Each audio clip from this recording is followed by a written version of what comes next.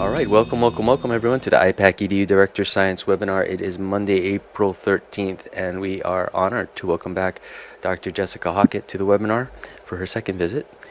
Before we get started tonight, we want to say thank you to everyone who's tuned in live, people watching the recording later, but most of all to wonderful folks like Dr. Hockett for sharing her knowledge, research, and expertise with us. It's not easy changing the world, but it's more fun doing it with you. The IPAC EDU Director Science webinar comes to you every Monday at 7 p.m. Eastern.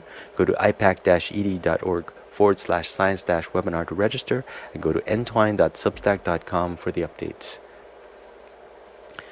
Next week, we're going to be joined by Dr. Haley Brownstein and her associate, Braswell Dean. You may know Haley Brownstein as the daughter of Dr. Brownstein, who's taught at IPAC EDU before. So join us on April 20th, 7 p.m. Eastern, for a presentation on the metabolic approach to cancer. She writes, the metabolic approach to cancer, originally advanced by Otto Warburg and later expanded by Thomas Seyfried, views cancer primarily as a disorder of cellular energy metabolism rather than solely a genetic disease. Warburg observed that cancer cells rely heavily on aerobic glycolysis, even in the presence of oxygen, suggesting altered mitochondrial function and metabolic reprogramming. Seyfried builds on this by proposing that mitochondrial dysfunction is central to tumorigenesis and that targeting glucose and glutamine metabolism can selectively stress cancer cells while sparing normal, metabolically flexible tissues. You can register for that at ipac-edu.org/science-webinar. Tonight's quote comes to us from Carl Sagan, and he writes, one of the saddest lessons of history is this: if we've been bamboozled long enough, we tend to reject any evidence of the bamboozle. We're no longer interested in finding out the truth. The bamboozle has captured us. It's simply too painful to acknowledge, even to ourselves, that we've been taken. Once you give a charlatan power over you, you almost never get it back. And tonight on the webinar, Jessica Hockett, The Nursing Home Narrative.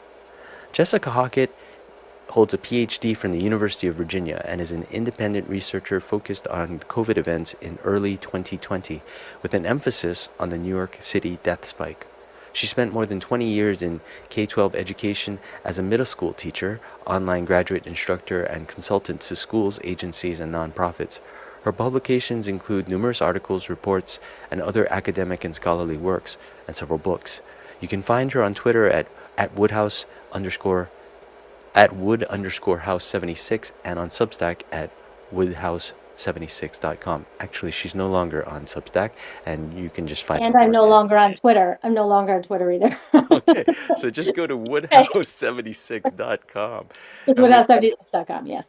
and with that, please welcome Dr. Jessica Hockett. Hi, Don. How are you? Good, welcome back. Thank you so Yeah, much. so you've left social media, so to speak, I to have. focus on your work. Has that been Yeah, healthy for you and helpful for you? it has. It's a quieter life. I mean, I had a good run on Twitter in the COVID era, 6 years, 110,000 tweets. I mean, I archived the accounts and Wow. yeah, Substack, I've written at length about why I left Substack. I don't need to review that Sure. here, but yeah, it is quieter without all the noise, that's for sure.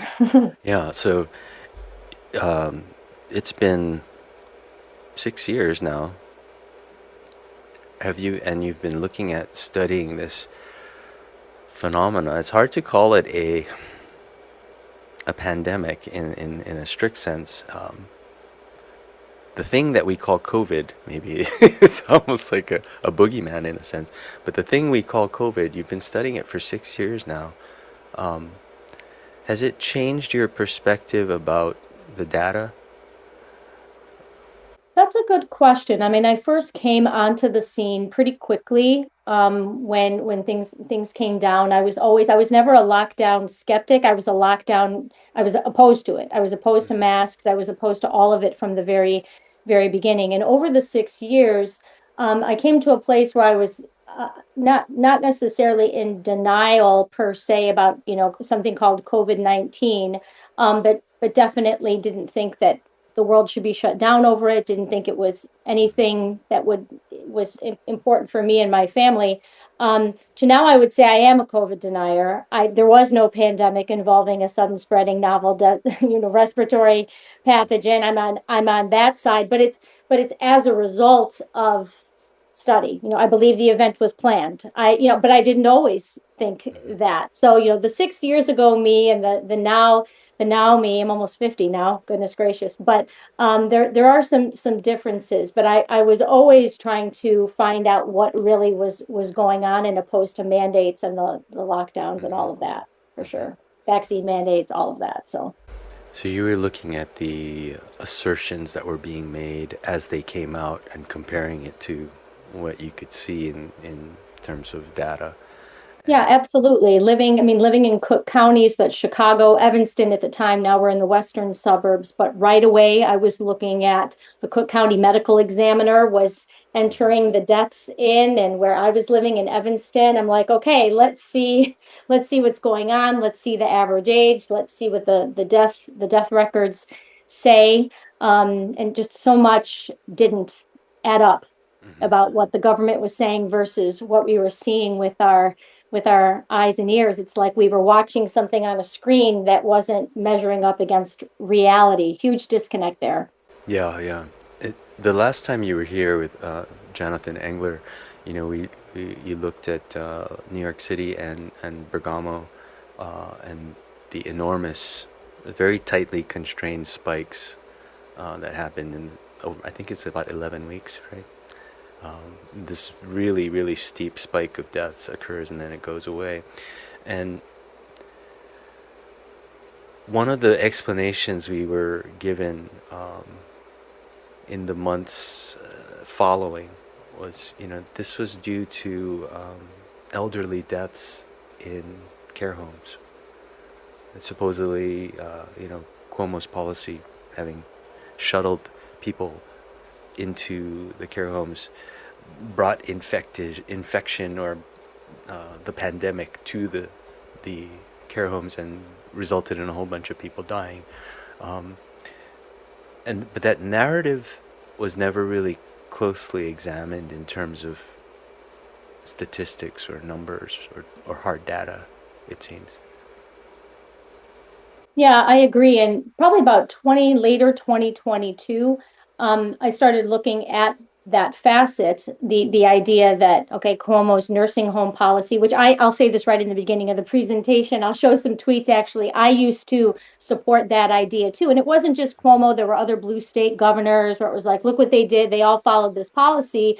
And then people were discharged into nursing homes from the hospital. They spread COVID everywhere, and then everybody died. But when you look at the actual hard numbers, even to this day, which are the same, the state and the so-called independent reports, or the House Select Committee on the Coronavirus Report, they have not produced any new or substantiating numbers uh, since really 2020 or early 2021. And for some reason, this nursing home narrative idea sticks as a primary explanation for what happened in New York, and that inexplicable, I'll show it right at the beginning, but that inexplicable spike that was preceded uh, just by a couple weeks to the one in Bergamo. I mean, you might remember we had this Yeah. spreading virus from afar tale, right? Where something wicked this way comes, to invoke Macbeth, where we have this thing coming from Wuhan, and then it makes these stops, right, on cruise ships. Then it stops over in Iran and kills 17 regime officials, reportedly. Then it's in northern Italy. And then, oh my gosh, it hits New York and we all have to shut down, right? Chicago's hearing like, we have to shut down because we don't want to be New York. It's fat. It was a shock and awe campaign, I think, then, with some interesting parallels to 9/11. I'm not going to really focus on those tonight, but you and I were chatting a little bit about that. Yeah. Same kind of a screen based phenomenon, really, in a sense, in the coverage of it, psychological components to it, for sure. Yeah, yeah. Well, I'm going to get out of your way and let you get into this critique of the narrative and examination of it. Um, I hope everyone takes away something that opens their eyes, because I'm sure Jessica's going to do that for us. Yeah. Yeah. So tonight I'm going to be unpacking just one aspect of the New York City event, but I do have tons of knowledge about the whole thing. So, and have hypotheses and know a lot about it. So people can ask more specific questions about other facets of the event after we go through this one piece about the nursing home policy.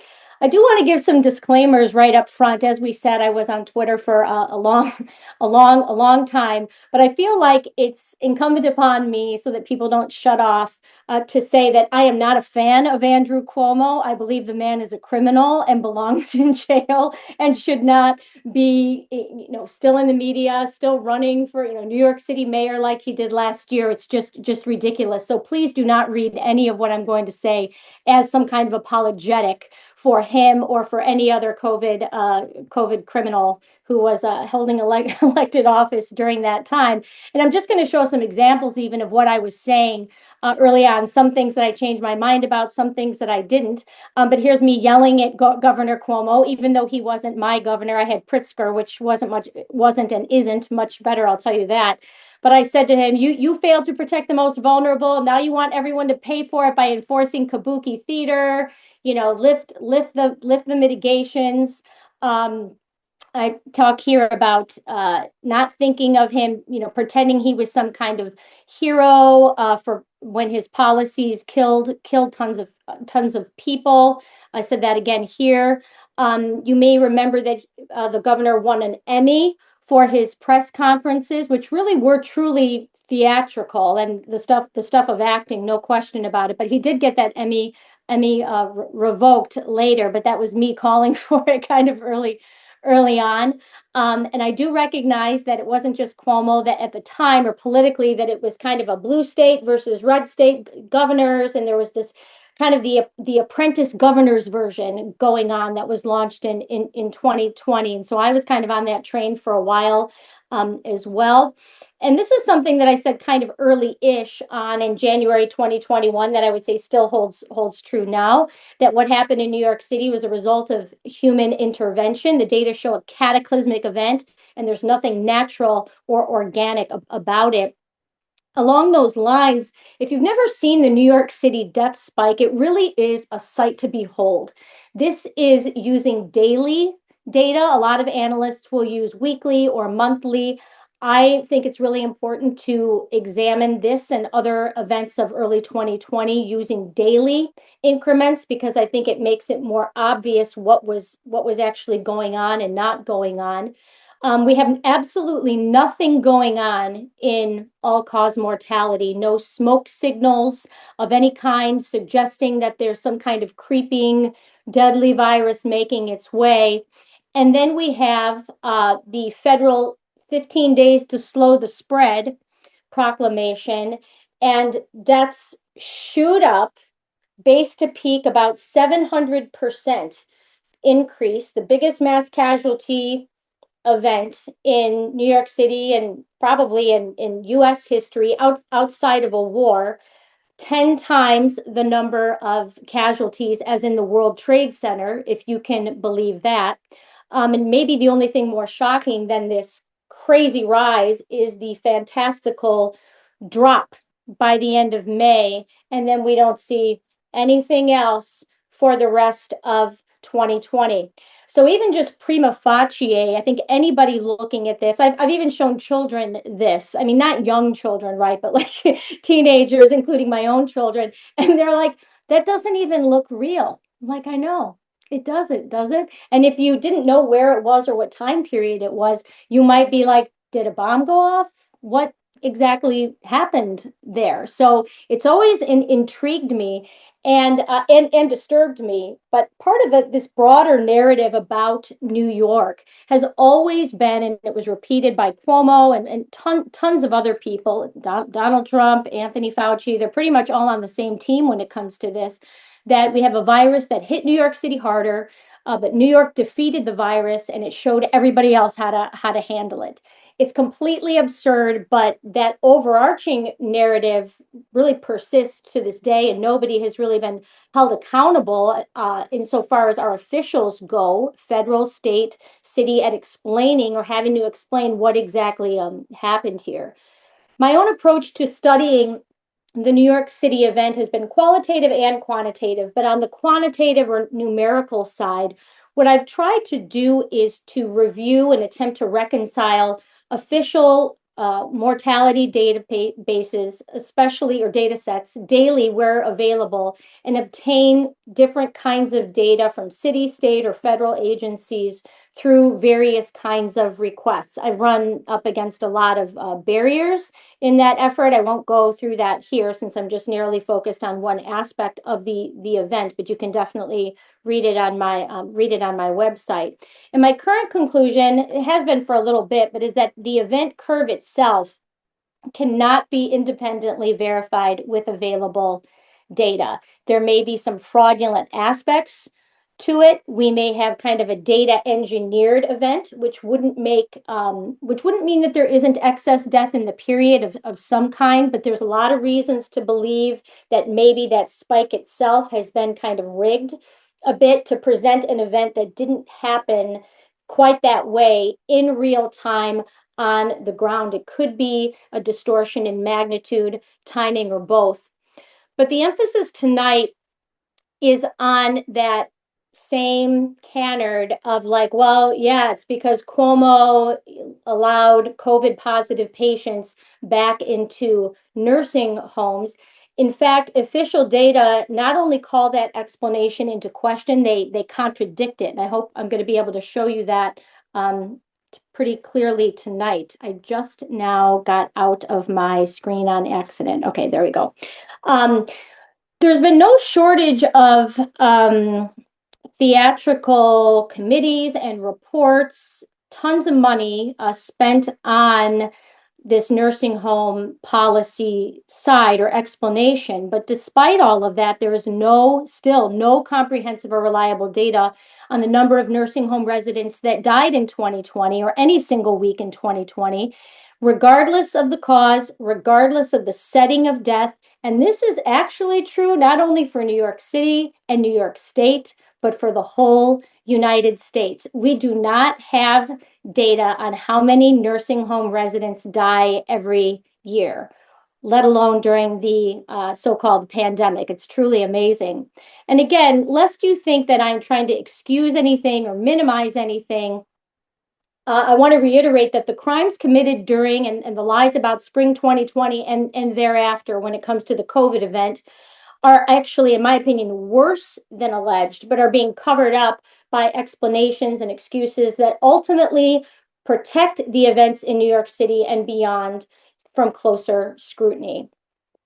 Like I said, there's been no shortage of reports that are either or have either been focused around this nursing home policy and what exactly happened with nursing home residents, whether it's at the state level or at the federal level, but none of them really give some new information, and I'll show you why a little later. But right up front, we should look at what do I mean when I say, or what do people mean when they say the nursing home policy? They're referring to a policy that was issued at the state level on March 25th, 2020, which happened to be the same day that the CARES Act was passed, that some of you may remember gave a lot of money for funding the so-called pandemic response. And it also gave money to hospitals, and I would call them incentives, anticipatory bribes to hospitals for COVID patients and COVID patients who are on ventilators. It was issued under the auspices that there was some kind of urgent need to expand hospital capacity in order to meet demand for patients with COVID-19 requiring acute care.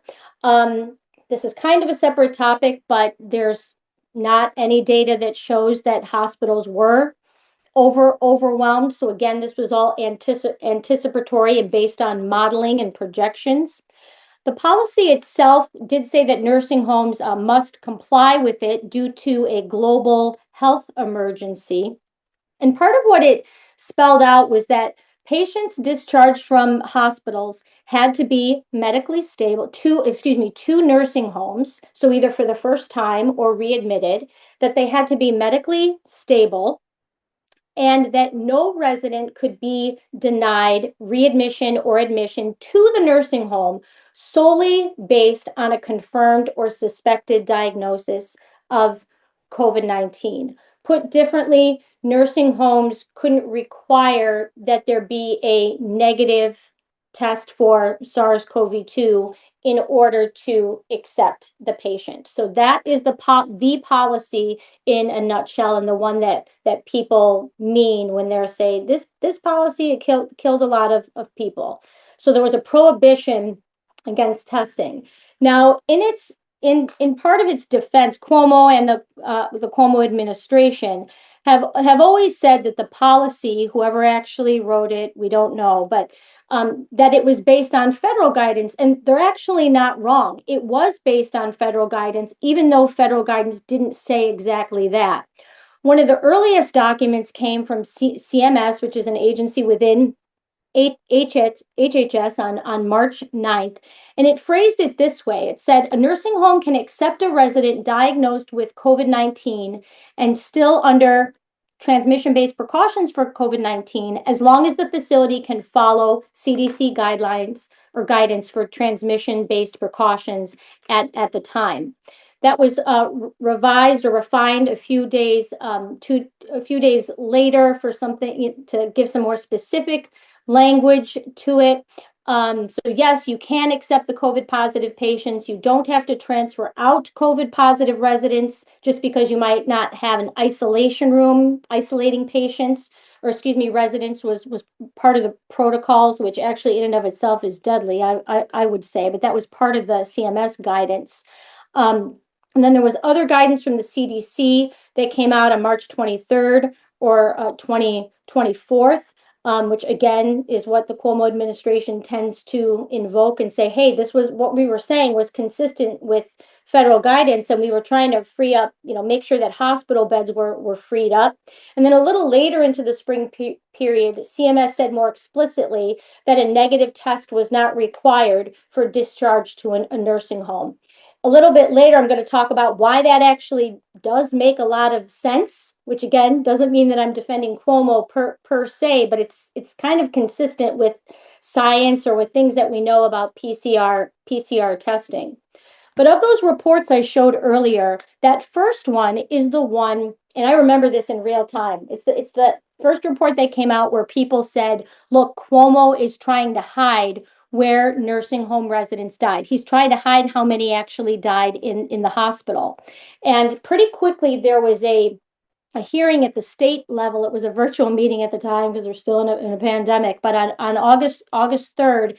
And ProPublica, I recently revisited this article in my files, and ProPublica did actually a pretty interesting job, a pretty nice job of capturing what was being said at the time. And so I want to share a few things with you.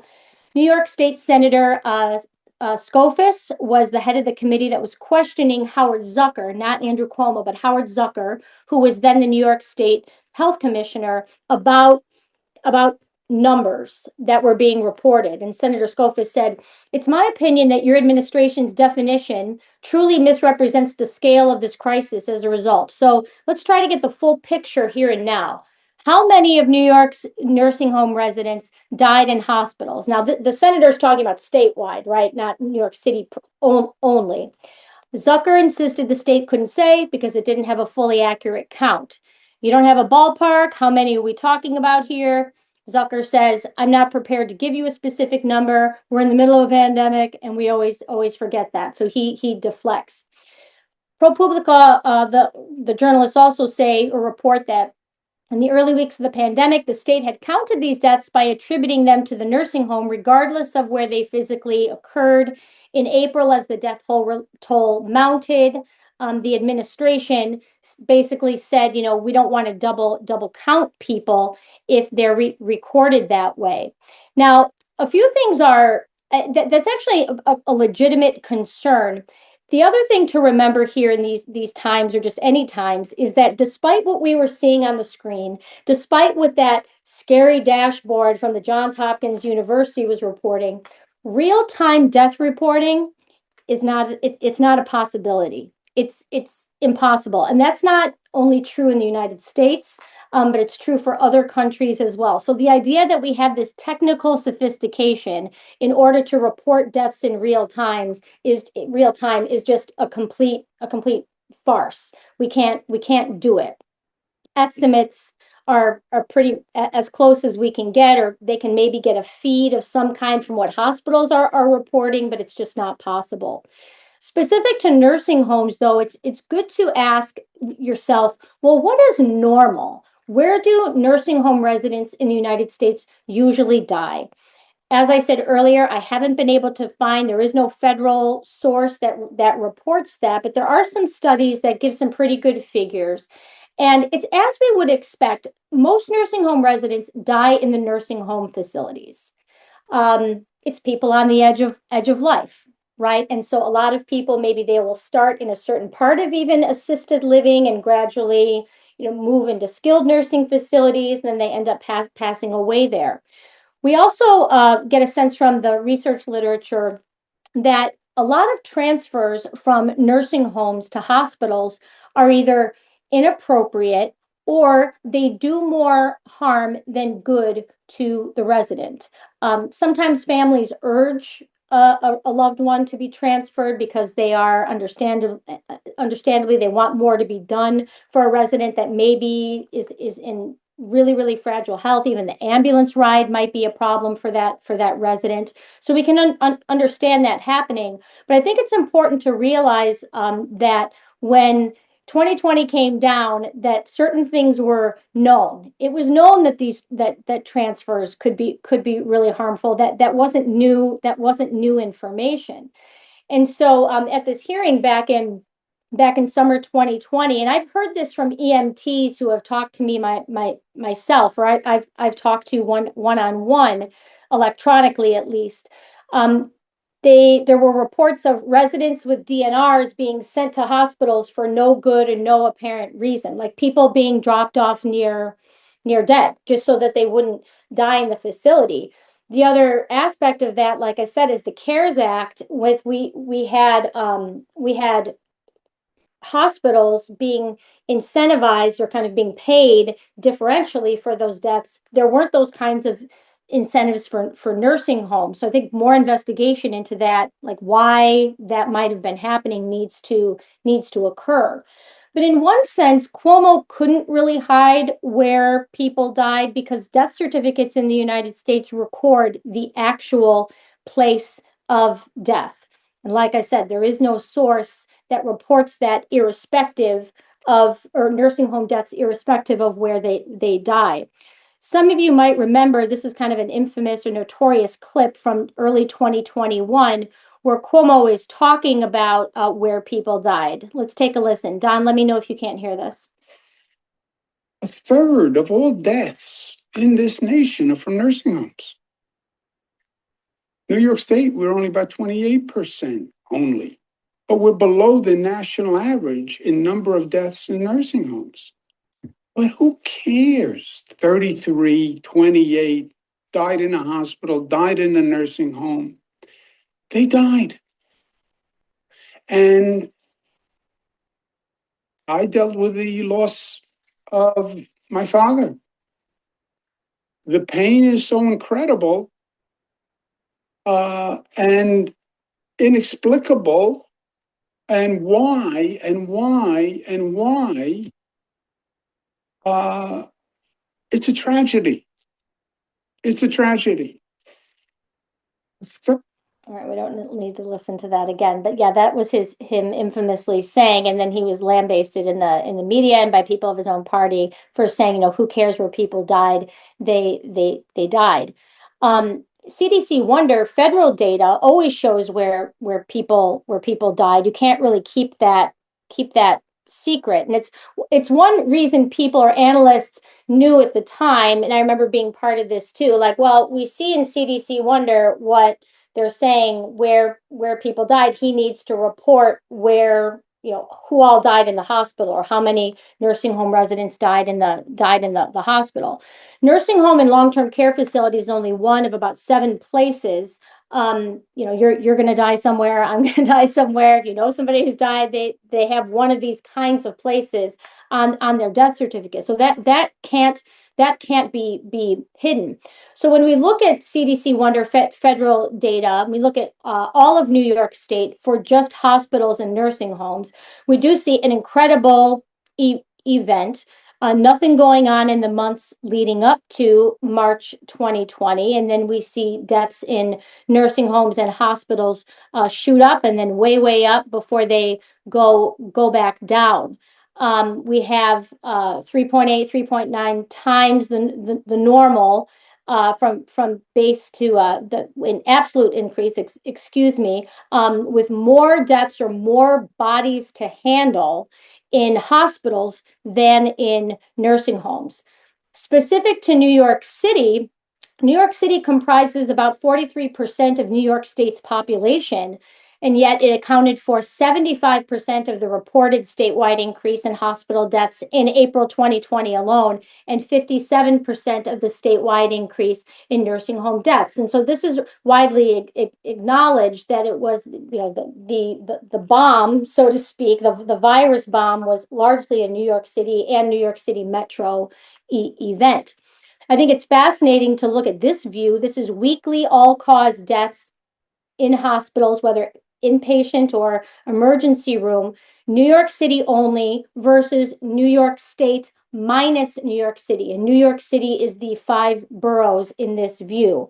We see the spring 2020 view, and then we see kind of waves of excess thereafter that never get anywhere near that spike again.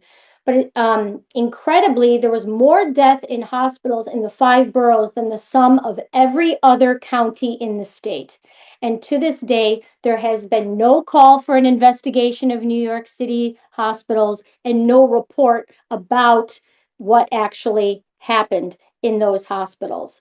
I think this view is fascinating. So this is deaths in nursing homes and long-term care facilities, also from CDC Wonder. New York City versus New York State minus New York City. It's incredible to me that we have that spike in New York City. We also have one, in New York State, but then nothing else happens in New York City nursing homes for, 2021, 2022. I'm not sure what accounts for, if again, that idea that New York City learned something and they didn't teach the rest of the state. It really raises some questions about what was actually going on in the city versus the state, but we don't have any legislators or anybody else who wants to look at that and reconcile it or explain it in some way. I think when you look at the spring event period, so this would be weeks 12 to 22 in spring 2020, and you see that just the raw numbers in New York City by place of death. It's pretty astounding that normally they see less than 5,000 deaths in hospital inpatient, for example, and they reported almost 20,000 in this period, which is the equivalent or near equivalent of every inpatient bed. Losing that again, many times the World Trade Center disaster, but no inquiry. We do see large percent increases, obviously, in nursing homes. We see a huge percent increase and a huge number of deaths at the decedent's home. That has also been underexplained and under ignored. But from a percent of total increase point of view, most of the death did occur in hospitals, not just in nursing homes. Most COVID blamed deaths also occurred in hospitals, not in nursing homes. The state's data set that they eventually came out with it used to be called the HERDS data set. Now it has a different name, but it's the same data set. You can still access it. So the data I'm going to show you next comes from there. Again, used to be called the HERDS data set. And this data was gathered from surveys that hospitals, nursing homes, and adult care facilities were required to complete daily.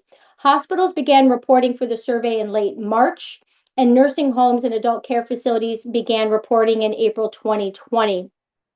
Fatalities that were said to be related to COVID-19 that occurred prior to the first survey entry for the facility are supposed to be included in the first week that was reported. And this is really crucial. It says this in the data set, I believe, but I had also confirmed it with State Department staff. It's never been verified for accuracy. Again, why there's not any plan to do that, I have no idea.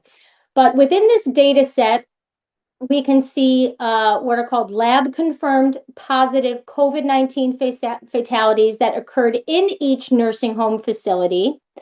Per my correspondence with the state a couple years ago, these are deaths that involve a positive test before death, not necessarily after death. There's presumed positive COVID-19 fatalities. And it was more of a clinical, or we suspect that COVID might be involved, but COVID might not necessarily be on the death certificate somewhere. And then there's lab confirmed COVID fatalities outside of each facility during that reporting week. This table shows that data for the spring period. It goes over into June 2nd, but that's okay. A couple days isn't really gonna matter.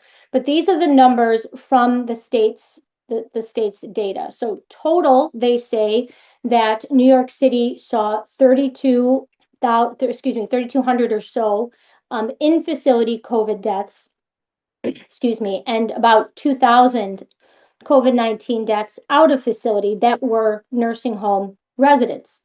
So when I look at this data, I say to myself, what about non-COVID deaths? And what about hospital versus personal home versus hospice facility? Where are those people? If it's an out of facility death, does that necessarily mean at the hospital? Could there be some sort of shell games going on? So if we go back, and maybe this is the critical chart or graph of the whole presentation, but here's the data for all deaths in the time period from CDC Wonder. You can see them with the blue bars shown. 22,000 at hospitals and inpatient, ED, dead on arrival. 6,000 or so the nursing homes. Destin's home was crazy. It was 8,200. Hospice, other didn't increase that much, which is sort of interesting. But we have a number from the HERDS database that only accounts for half of the nursing home resident deaths. And then we have only, let me see if I have this on. I do. So they say that 5,000 total. Let me total it first. That 5,314 of the 38,000 deaths that occurred in the time frame, again 27,000 or so over normal, were nursing home resident COVID deaths. We don't know how many of those were what I would call just normal. How many of those people would have died regardless? There's no sense. I know people think, well, if it's a COVID death, those are people that wouldn't have died normally. We have no idea of knowing that statistically. But what I find even more interesting is that 2,100 out of facility, even if we pretend that all of those deaths were in the hospital, that is still only 10% of the hospital total. And we have no idea if out of facility means only hospital. Meanwhile, all those deaths at home, that huge increase in deaths at residents' home, we don't know who those people are. Some of them could be nursing home residents or people who were in a nursing home. In fact, I know one man, Daniel Arbini, who's on a lawsuit against Governor Cuomo. I'm friendly with him. I know that his father, he was able to get out of, I can't remember if he was in the nursing home, then the hospital, and then came home, or what the trajectory was. But he died at home. They were fortunate. They had 10 days with their dad at home and got to spend time with him before he died. But his death certificate says that he died at a personal home. It doesn't say that he died in the nursing home. So that's one example of that. Or if some of you know Janice Dean, She had filed, or she and her husband had filed a lawsuit against the governor as well over the death of her mother-in-law. Her mother-in-law was a nursing home resident, but died in the hospital. I don't know if she had COVID on the death certificate. I don't think that she did. Some other problems besides we literally don't have the data to back up the idea that nursing home residents constitute the bulk of the New York City death spike. In fact, the data that's available contradict that claim. But in addition to that, there are some other problems with the whole discharging to nursing homes created spread narrative that regard timing, gaps in the data, and realities about testing. First, I want to show you this is daily deaths by place of death that I got via FOIA from the New York City Department of Health. Very granular look at what was going on. The timing simply does not allow for some kind of mechanism where we say, okay, it started here and then it went to nursing homes, and we saw nursing homes really, really rise. We see a very bizarre event where really almost every place of death goes up after 15 days to slow the spread is called. That is very, very strange in and of itself, irrespective of this nursing home policy issue, because we would expect maybe deaths in nursing homes to rise first. If we think, well, okay, COVID got in there somehow first and then started to kill people on the edge of life. We might expect to see emergency department deaths go up before other places of death. Instead, we see this almost orchestrated event in concert. The nursing home policy was issued, like I said, the day the CARES Act was passed, and it was rescinded over here, but we don't have the mechanistic aspect here to say that this led to this necessarily, because people were being discharged from here, at least not from a deaths standpoint. In early 2021, the AP News obtained data from the state. They also shared it from Empire Center, which is a policy organization in New York State, and the New York Post. And then it was a headline saying over 9,000 virus patients were sent into New York City nursing homes. The problem with that number, which people will cite over and over again, is that A, it's a statewide number. B, to my knowledge, it's never been reported in a time series. I mean, did that happen over the course of a whole year? Is 9,000 a lot? Is that a lot of people to be discharged into to nursing homes even in a normal year or month? Or I have no idea. So I tried to seek out data that would give me some sense of that. And this is a couple years old now, but it is from 2020 and the years prior from the Sparks database. And I found that when I looked or sorted the data by the number of discharges from hospitals into skilled nursing facilities. So these are people discharged alive. They're not dead. They're discharged alive to a skilled nursing facility. We actually see in 2020 a precipitous drop in the number of discharges, 20%, and almost by the equivalent of the hospital inpatient increase, which I find really interesting. But time series data is needed in order to see the mechanism of what was going on here. But even just in and of itself, it challenges that claim about COVID positive patients being sent into nursing homes and spreading a deadly coronavirus. I think again, I've got no doubts that a ton of nursing home residents died, but we actually don't need a coronavirus to explain how those people could have and did die. About the tests themselves, if some of you know anything about PCR testing, and I have to confess, I didn't when March 2020 rolled around, but I learned about it real quick. I also have a sister who's a doctor, so she explained some things to me, and there's all kinds of issues with this testing, especially as a diagnostic. But most people would agree, at least with this, that it's highly sensitive. It may detect non-infectious viral material, kind of remnants, if you will. People disagree about what viruses are and if they cause disease and all of that. But those arguments aside, they are highly sensitive. New York itself, it had its own test early on, and the cycle threshold, or the cutoff, was very high. I think it was 45, if I'm not mistaken. New York City, inexplicably, this still has not been addressed by officials. They had a 60 to 70% PCR positivity in those initial weeks. Twice what Chicago had. That's an incredible rate that doesn't make any sense whatsoever.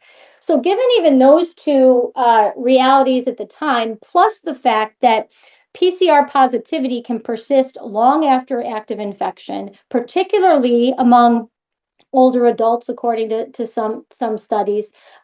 There's no reason even to have a policy that says you need to test negative in order to be discharged, or you have to prove that you're negative. There's false positives, there's false negatives. So the policy in and of itself, or that idea that you can't reject somebody on the basis of PCR positivity, I think makes a lot of sense. And pretending otherwise, I think, is just feeding this spread story.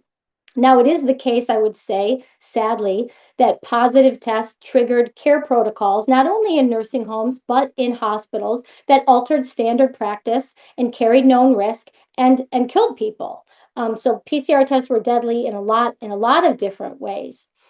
I didn't know this until a couple years ago, but this idea that people were discharged from hospitals into nursing home, and it created, spread, is not just a U.S. thing. This was a narrative in Ireland. It's a narrative in England, in Italy. Spain has some similar narratives going on with regard to nursing homes. That actually England has a little bit of this too, or the UK does too. That, well, no, we didn't.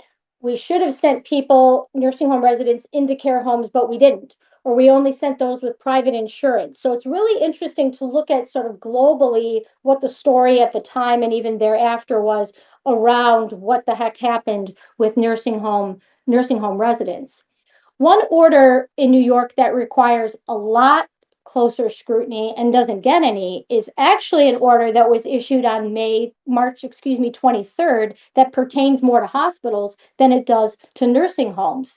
In summary, this executive order, it centralized hospital control under the health commissioner, the state health commissioner.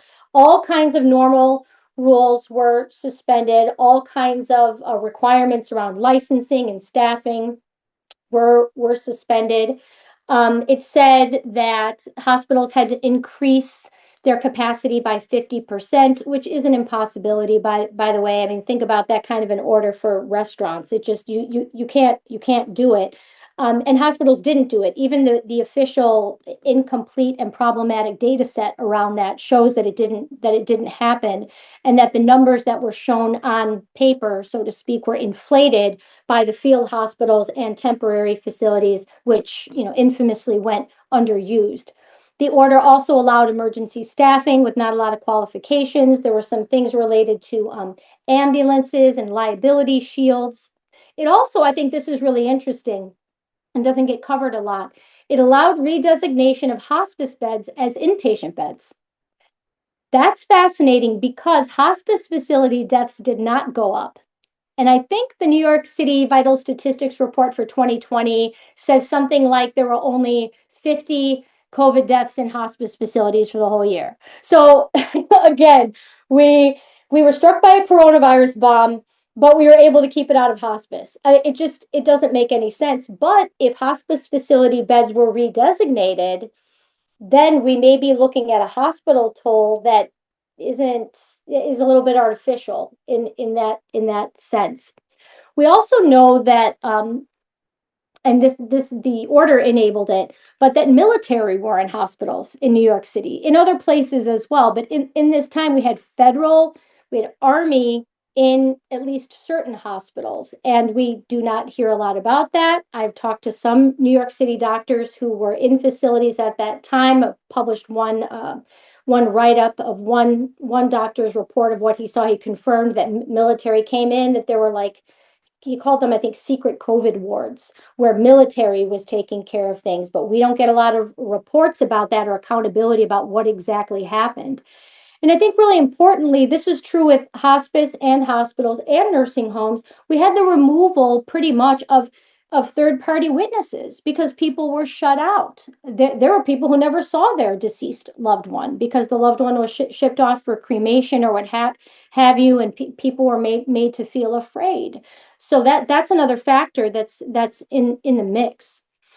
At the federal level, thank you, Don, for posting this article on the Entwine site. This is from a longer article and includes some emails that I sent to HHS.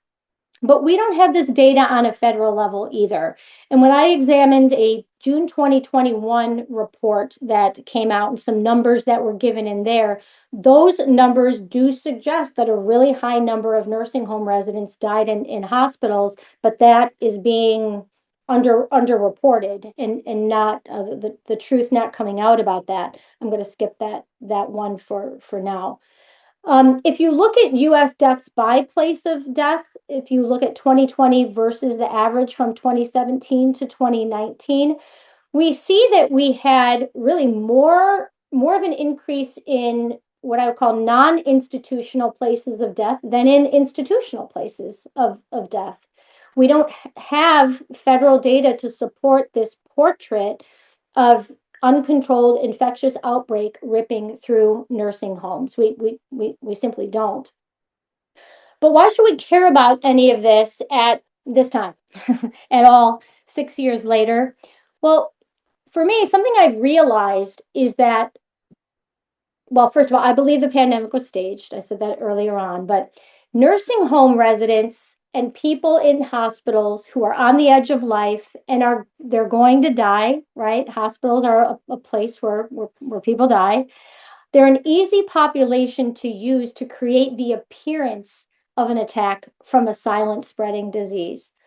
All you need is a new sequence of something, a new test that purportedly tests for that thing. You test people, you tell healthcare workers that when people test positive, they have this new thing, and that whatever symptoms they have are attributable to the new thing. And then these are all the things you have to do in response. You have to isolate them. You have to put them on a ventilator. We could go through a litany of things. So if these people were used to create the appearance of something that wasn't, that could be done at any time. So we need to find out what actually occurred and what the order of events were. The prevailing story, what's happened is that nursing homes are taking the hit. And I understand why. And it's not that nursing homes did the right thing or that people weren't afraid. And there was all kinds of stuff that went on. But what's assumed, I think, in the United States and in other countries too, is that hospitals did everything that they could and they merely received patients when it was too late, right? But the data say that the opposite narrative warrants investigation. And at the very least, hospitals need to be investigated as well. A couple years ago, I don't have the audio for this. It was so disgusting to me at the time. But there's Andrew Cuomo sitting there with Bill Maher on the Bill Maher show, and they were talking about the nursing home policy. Cuomo's giving his excuses, but Bill Maher said people died in a lot of nursing homes simply because the people who take care of the people in nursing homes are poor, and poor people get COVID. I mean, seriously, like regardless of whether or what you believe or what I believe or have come to conclude about COVID-19, I think we can do better than poor people get COVID. There's a lot of problems with that kind of explanation. So we need some specific things. We need some specific records. These are just a few of the things.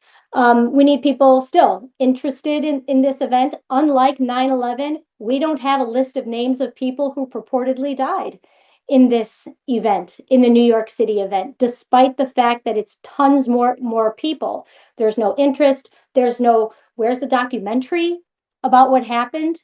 We don't know where are doctors testifying to what occurred in an authentic way and how many bodies were handled in these cataclysms. We just don't have it. And if you're American, especially, you might remember this, like the New York City event and the more purported mortality figures were central to policy decisions and to substantiating the WHO's pandemic declaration and the fact that we were in some kind of public health emergency. We need key records in order to independently verify what the heck happened, so that we can have an accurate historical record and keep this kind of thing, or this human rights heist, I call it, from being pulled off again. Thanks very much, Don. I'd love to take any questions, or maybe from you first, or clarifying points. I have extra slides I can pull up if I need to answer questions. Terrific. Thank you so much, Jessica. Sure. Oh man, the last time we had you scheduled to come on and give us a talk, I think we were going to compare Bergamo and New York City. But this question of the nursing home deaths came up in a discussion we had. In lieu of the presentation, we kind of got together and we were just discussing. You had written an article on the 11, sort of biggest problems with the official narrative. And one of the perspectives that was put forth was saying that, the nursing home death story accounts for the death spike, can be demonstrated, account for the death spike. And you do such a terrific job here of just absolutely destroying that as a possibility. So many more people died in the hospital rather than nursing home. And that's like, I guess, the number one takeaway, Right. right? Right. But And that the state has only said that 2,000 of the 22,000 total are, Yeah. or they've only confirmed that. So then it raises the question of who's everybody else then, Yeah, exactly. right? I, And we don't know if that's 2,000 could be the number that of nursing home residents who normally die in hospitals in that time period. Do you see what I'm saying? right, right. I Yeah. mean, one of the So, big things that I think many of your analyses show is that CDC Wonder is saying one thing, and I think this is the database a lot of people are turning to, but then the state data shows something radically different. sure. Like, there's a mismatch there. They Mhm. don't even seem close. When you look at it's about 15,000 or so hospital deaths in New York City, right? Excess, yeah, a little, 14, 14 yeah, and 15, change. 16 with emergency department and stuff, 16 and the extra. That's a lot of bodies. It's a lot, It's a lot not of to be bodies. crude, but it's a ton of bodies. Yeah, yeah. Whether or not that could actually be handled by the system is a question for sure. But even with that number, um, in comparison to the nursing home deaths, which it's around 5,000, a little under 5,000, according You to mean the CDC total for Wonder. the excess? I know this is, I've been showing this same chart, and this is New York City residents. It's a little different if you look by county of occurrence, I mean, after Right. a while, you just get tired of comparing all the different numbers because Yeah, yeah. they don't all say the same thing. So this is the one that I always go back to. It's the Yeah, clearest to so about me. 4,800 all cause and about 15,000 Of increase, yeah. all cause. Uh, if we just take those numbers, just assuming that maybe the COVID diagnosis is sketchy, like sometimes people really have COVID, if there is such a thing. Sometimes they don't. Sometimes the PCR is, giving you a false positive. Sometimes they're just marking it on the death certificate because the doctor diagnosed it without a test. Regardless, you have these numbers of deaths, 15,000 and almost 5,000, comparing hospital and nursing home.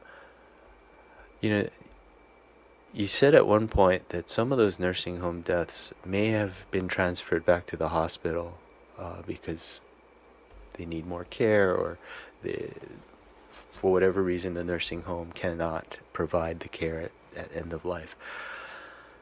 If they went back to the hospital and they died in the hospital, we have no way of knowing if that's actually what happened, though, because we don't have that granular level of data. Is that correct? You mean people who went back, so people who entered the hospital for whatever reason, then went to a nursing home and then came back, the Or they readmission to were the hospital already at the nursing home and were sent back to the hospital for end again? of and died, or no, like say they were in the nursing home to begin with. Oh, Let's sure. say, Yeah, we right? have no idea. Well, We the have no state idea, says right? it's 2,000 people. They say 2,000, 2,100 Uh-huh. New York City nursing home residents died with confirmed COVID in the hospital. But they don't say how many total nursing home residents died irrespective of place of death, Yeah. or how many nursing home residents without COVID died in the hospital. Do you see what I'm saying? Yeah, I do. It's just seems like these numbers are almost uh, meaningless in a sense Yeah, right. Well, yeah, I mean, because and insofar as explanations, and you've heard me, you've read stuff that I've read. It's not that there's a shortage of things that were going on that mhm, could lead to death. And so when I've said in the past, that it's a mass casualty event without explanation, I mean without official explanation and without substantiation. And part of my fraud, claim or hypothesis isn't that, I mean, you could have 27,000 extra people dying over the course of the year. Like yeah, this is most of this event is in 4 to 6 weeks. It's incredible. Like yeah, World Trade Center disaster after World Trade Center disaster after, I mean, it's it's crazy. yeah. So we just it needs to be explained. And the fact that there's no interest in it is very strange to me. Hmm. We Yeah, we it's had such a weird anomalous historical thing. You would think everybody would want to study it. yeah, that's Like, not what what what I found. I know what There's happened here. omerta. I mean, I joke, and so people have said to me, "Well, are you saying that 8 million people are keeping a secret?" No, I'm not saying 8 million people are keeping a secret. I'm saying no single. It was a closed system event, and no single person witnessed anything that could have resulted in an extra 27,000. As controversial as 9/11 is, you can debate all day with people about how the buildings came down, Maybe who you have a was list of involved, names. but there's a list of names. And I mean, some people would tell me fewer people died, no, more people died, right? So there's that controversy. Sure. But there's a cataclysm that we believe could have killed 2,800 people. Right. Right? But with this, nobody saw anything that could have killed 27,000 extra people. See what I'm saying? Yeah. In the time frame. In the Yeah. time. I think it's interesting from the standpoint that we've along the 4 or 5 years following this event, we've had certain narratives pop up in the consciousness, in the public consciousness, for whatever reason. I think because they're promoted, but one is the nursing home narrative. Another Mhm. one is, a bunch of these deaths are due to remdesivir and, maybe misapplication of the ventilators, which is probably true. Um, The but remdesivir, I'll address those really briefly. The sure. problem with the ventilator, because I've written articles on that one too. The problem with the ventilator thing isn't that people didn't die on ventilators. They did. Mhm. It's that we don't have the data to see the turnover and how Yeah, many people were on exactly. ventilators. And I've posited that perhaps the ventilators, I mean, the drugs that they use to put you on a ventilator are enough Hmm. to kill somebody. The challenge with remdesivir is that there were some New York City hospitals that were trialing it under compassionate use, but it wasn't enough people, and it didn't get EUA'd by the FDA until early May. So it's like it's Yeah, after the fact. Yeah, yeah. I after the think fact. my point is not, it's not that these explanations don't have plausibility or some evidence that people actually did die under these circumstances. There's the neglect aspect. There's all these things that, yes, there's demonstrable evidence that it happened, but at what scale? Like, Absolutely. how many of these people died from remdesivir or from the intubation drugs, and when you add those up, does it account for this crazy spike, right? Yeah, And that's the yeah, question you keep asking, and none of the narrative explanations seem to add up. yeah. Well, and Jonathan Engler and I did an article where we showed the Imperial College models and we superimposed Bergamo and New York City Yeah. spikes over it, and they look the same. So you're like, okay, maybe a model, reality couldn't keep up with the model, And Hmm. so what happened is they ended up engineering reality to present an impossible event. So could there have been more excess before the event? I've posited maybe it was a worse flu season. Maybe it was. I mean, that has implications not just for New York City's curve, but around the world. But or more happened after the fact, or there's more random variation in the data is what we would expect, but it doesn't look like this on the front end. Yeah. That could be. So yeah, it's not that there wasn't excess or that we can't come up with some explanations, but the speed and the scale and the timing is just crazy. Yeah. Unprecedented. Yeah. Yeah. In a way, it reminds me of the kind of mental trap that we're often painted into a corner, so to speak. Like, everything's on a seesaw. It's either black or it's white, or it's red or it's blue, or Mhm. it's got to be this explanation, and if that's not true, then it must be the other one. And in this case, it's like it's almost better not to draw a conclusion in a sense, because the data Sure. is so contradictory and pointing us in Mhm. different directions that it's Mhm. the question is more, how come we don't have the data, and how come nobody wants to ask the questions about the data? Sure, sure. Well, one uncomfortable answer to that question, and I would say this is true, I don't know who all is in the audience, but of like, okay, so why by and large isn't like health freedom interested in this event? I mean, I've gotten pushback from Toby Rogers. I'll just name, I mean, it's public. I mean, I wrote Hmm. about it. And I think it's because, in some sense, that there are a lot of people, well, they don't want to look at it. I'm not speaking to Toby Rogers per se with this point, but they believe that a bioweapon was unleashed in New York, or they believe that there was a poisoning. And I address all theories, but I think people are kind of in a way benefiting from this event from being real. I think that's what it is, or are really on the early treatment side. And so if New York kind of shows that it was a staged, contrived event and that the whole pandemic is a sham, well, that hurts Sure. people so that's why I think it's just easier to not talk about, or to say, well, the real problem was the COVID shot. And yeah, that the COVID shot is a problem, but that this event was used to justify Yeah. COVID Ex- shot. yeah, I mean, we saw the same thing happen with, say, 9/11, where people decried the Patriot Act after the fact, but Mhm. they didn't ask the question of, how did the Patriot Act come into being? How did it, you know, get put in front of lawmakers in the middle of the night? This massive bill that was somehow written by magical production. You can't even read it, and then it gets signed, and the Bill of Rights is in Mhm. shreds after that. Yeah. Um, Well, we could say the same thing about the CARES Act. That was very yeah, speedy and very expeditious.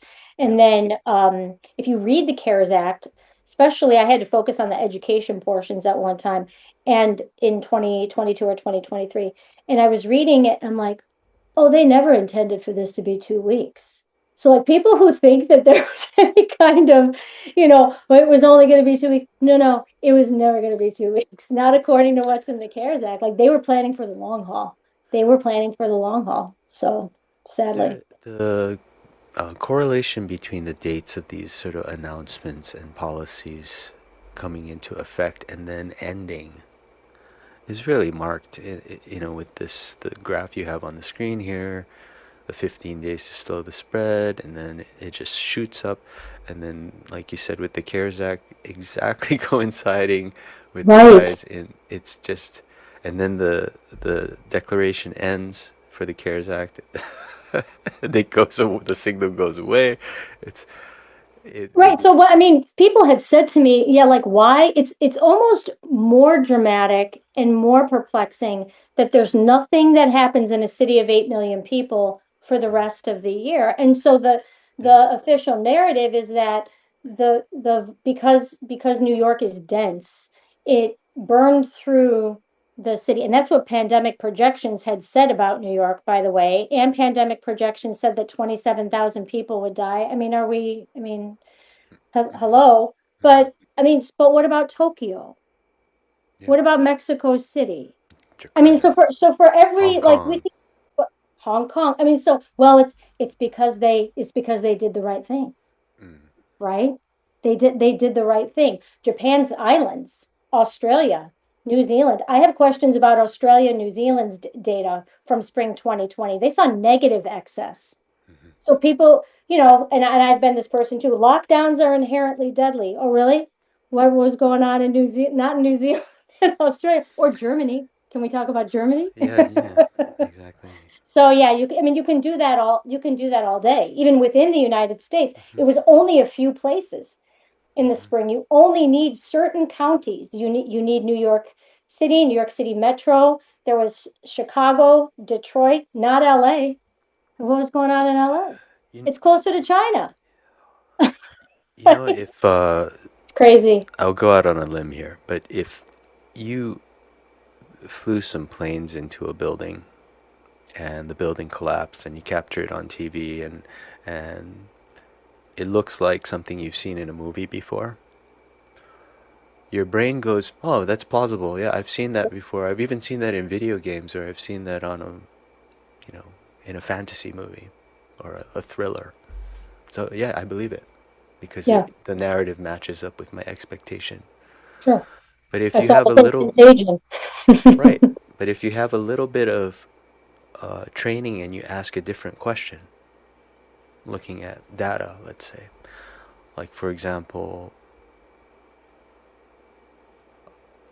the tallest building in the world, the steel frame building, never has collapsed in history before Hmm. that day. Hmm. And the nature of the rubble is not consistent with dynamite or planted explosives. Building turned into powder. You can Hmm. see it in the videos. It turns Hmm. into dust. That's not consistent with explosives. That's not even consistent with controlled demolition. What Hmm. happened? I don't know, but I know that the narrative is not true, Sure. right? And in this way, what accounts for this massive spike in 11 weeks, most of it in like maybe 7 weeks? Yeah, 6, 7. Yep. This really tight little window. It does look like a bomb goes off, and there still is no explanation, Yeah. no Or the official or the explanation. explanation of the House what was that, House Select Committee, Coronavirus Committee, was nursing home policy. Well, I mean, Not that's clear enough, yeah. it's not enough. Yeah. Yeah, not Even if even it's close. partially true, it's not enough. It's Yeah. not enough. So yeah, I agree. And even if you were to take all of the possible narratives and stack them together, maybe you could come up with this number, but there's no data to substantiate it, Well, so let's say it's or real. insufficient data, let's say. Let's say it's real. We should still be learning from it. There should still be accountability. Right. There should still be an investigation of hospitals. I had a friend who she works for one of the local hospitals, and a couple of years ago, she's like, I can't remember what she said the percentage was, but she's like, what? If even one hospital sees a percent increase in death, I think it was like 10%. She's like it triggers an automatic investigation. I think what's Hmm. happening here is that everything is under cover of emergency. Right. Yeah. Right? And so that's been my persistent question is what was the emergency? Was there a public health emergency? I mean, can't we at least ask that? But, we have a lot of legislators who were in power at the time. And then, Hmm. well, I'm not trying to get super political with Trump or whatever. Sure. People can think what they want, but the new boss is the same as the old boss. So there's no there's no accountability incentive. So how long are we going to have to wait? I mean, the poor 9/11 truthers and scholars like have been waiting a long time. Yeah, for sure. I don't want that to be us. I Over just don't, but I have a 25 fear years. it's But probably going to be. I'm resigned. I'm resigned to it. you would think though that if you were to just compare Chicago, which you're very familiar with, and New York Sure. City, that the discrepancy in the results of the policy and the response would alone trigger an investigation. How come New York City did so poorly? I mean, here's New York versus other US metro. I mean, this is it's not population adjusted, but you see the same. It doesn't even matter if you population adjusted. This is just showing base to peak. Yeah, it's just out I of mean, scale.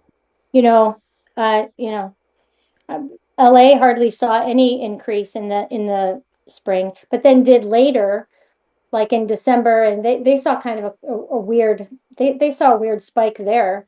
But again, why is the virus waiting? It doesn't the spread narrative doesn't work.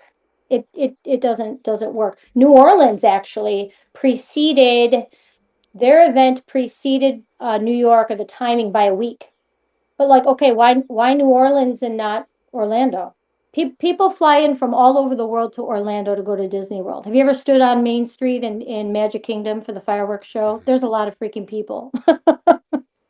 you know so it just, why this place but not this place? Denis Rancourt and his colleagues, I know, have kind of shown some things creatively with airplane travel, and they're just like, no, this doesn't work. Like, nothing's going on in San Francisco yet. Here's the number of flights from Wuhan Mhm. that were going on. For Chicago announced the second case in the United States on January 24th. But then New York, their all-cause mortality doesn't start to rise until I think a little bit after New York's, I should say, our, not there. And then New York didn't announce a patient until March 1st. That A was the healthcare patient worker from coming back Iran. from Iran, coming Yeah, back from yeah, that Iran. was the patient from Iran. Yeah, a lot of weirdness. The first patient was actually in Right in Washington Seattle. Yeah, State, it's right? not So, Snohomish I mean, you County. have all this like weird distribution early on that A legal doesn't match. permanent resident of the United States who had been in Wuhan since November visiting family, and he's never been heard from again. Yeah. Can Tucker Carlson please interview the Snohomish man? First survivor of COVID. I mean, do you see what I'm saying? No, Do you it's think true. to It's almost like discover Bigfoot or nobody something. cares? Yeah, yeah. There's a So question in the chat. yes, go ahead. It says, I live in New York City. Mhm. We were constantly blaming Cuomo for the spike in nursing home deaths, Sure. but we don't remember Cuomo ever pushing back. He could have pushed back and said, "No, I didn't make these arrangements in nursing homes." But now, 5 years later, he's running again for mayor, and nobody seemed to care about his Right. disastrous policy. I'm beginning to think nobody reads the news. Well, um, did he reply to the criticism of the policy? Do you know? not really. I mean, he defended himself, and then when he had like this pre-recorded testimony before his testimony to the House Select Committee. I wrote a little bit about it. I'm just like, nothing is going to happen here. Nothing's going to change. And in my opinion, it's because everybody's protecting what happened in New York. So, and he was kind of a script reader and a middle. I just call him a middle manager. Now, that doesn't mean that he's not to blame for things. He's still accountable as a human being. I mean, some evil things have happened, but I think the reasonable explanation is that, like, he did what he was supposed to do. Yeah, and you're right. He hasn't really pushed back. And even when he was removed or impeached, was he formally impeached or what happened, or did he end up resigning? It was over sexual harassment. I mean, so this is like Al Capone being indicted for property tax fraud. And I'm in Illinois, so corrupt politicians are sort of the norm. Mm-hmm. But where people don't really get nailed for what they're actually guilty for. But he was it last year or in 2024? I almost pulled it up, but I forgot. Um, there was a little bit of a Trump Cuomo bromance going on with Trump being like, yeah, New York did so much better than Florida, and don't forget. I mean, now that was all political, but it's like, wait a minute here. But again, Donald Trump's from New York. I mean, where's Donald Trump's interest in what happened in New York? He's not right. But yeah, the commenter is exactly right there, and it's astute. Like, there's not really ever been pushback from Mm-hmm. Cuomo. Oh, Mm-hmm. he's protected. He's protected, right? I mean, I it's mean, a yeah, yeah, omerta. especially when you combine your experience, I mean, that perception of Cuomo plus the your experience with looking for data from Sure. New York agencies, either through freedom of information or just like public Mhm. requests. And can you say a little bit about your experience there? Like, Sure. I when you mean, New try to York get City Health data? and Hospital, that's the Public Hospital Association. I have gotten some records from them, but they stall.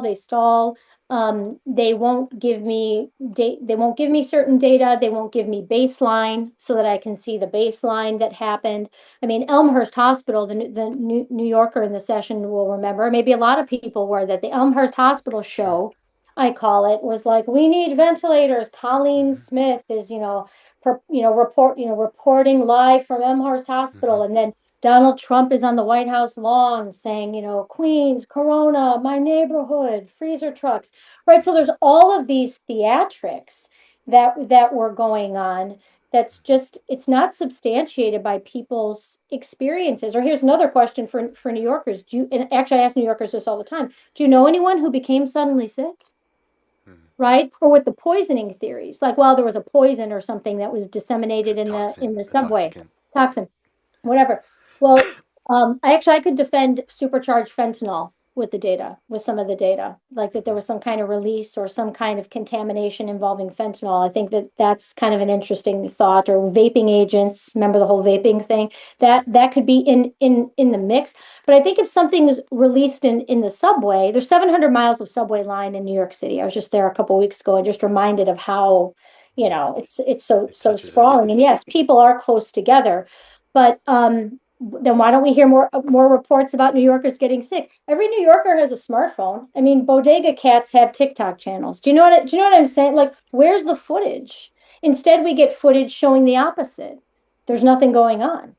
Yeah, no, it's true. I mean, you So would that think there's that an there would be little evidence of videos of absence. everything. Dogs that didn't bark. Mm-hmm. That's really what we have. So I think more New Yorkers need to, do that thinking. We had ambulance sirens. Mm-hmm. The data corroborates that. More ambulances being sent out. So that means more people were calling.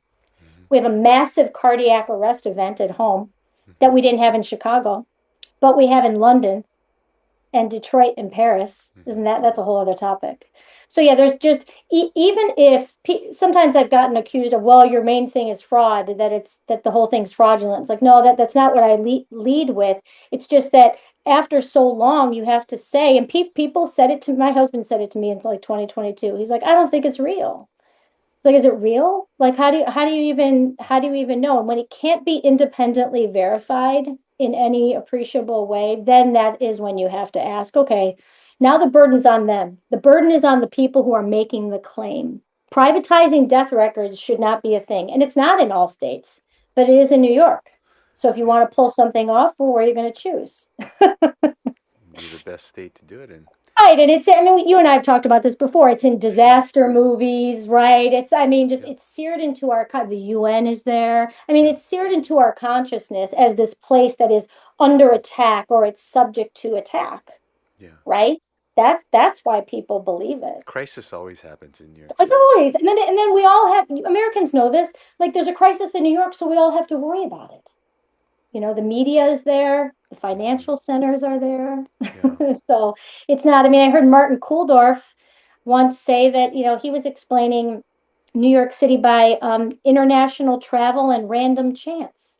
Well, I mean, come on, like random chance has certain meaning statistically. And, You know, New you York City didn't get hit randomly. So you you queried Department of Health in New York City. You also, I think, asked the fire department for records. Is that I did. I was and looking for did they ambulance provide you with trans. anything? Yeah, they closed my transfer suddenly. Later on, they asked me to send them a list of nursing homes. I did. Then they said that I didn't. I mean, it was just like this runaround. I also asked the FDNY chief medical officer. He's on a study related to EMS calls, and then I think is he also on another one related to the cardiac arrest event. And I Mm-hmm. asked, I mean, really, you should be able to ask researchers for data, especially public data, and get it right away Yeah, without question. But it's he taxpayer said, at funded. this time, we cannot provide this. I'm like, what? So yeah, I do, and there's a lot of other examples, but you feel like people are hiding things. I've talked to a New York City Or detective. I've they've written been a book told about that. this is not to be shared. Exactly. Yeah, or just stay away from it. I mean, Mm-hmm. I've been warned. I've been told by various people, stay away from it, or nobody Mm-hmm. wants to touch it, Jessica. I've been told that by fellow, you know, health freedom people. Mm-hmm. So it's interesting. Something happened there, or didn't, or didn't, and Yeah. or just not to the scale. So The importance of asking the question is so, it seems so plain though. I mean, everyone lived through what happened.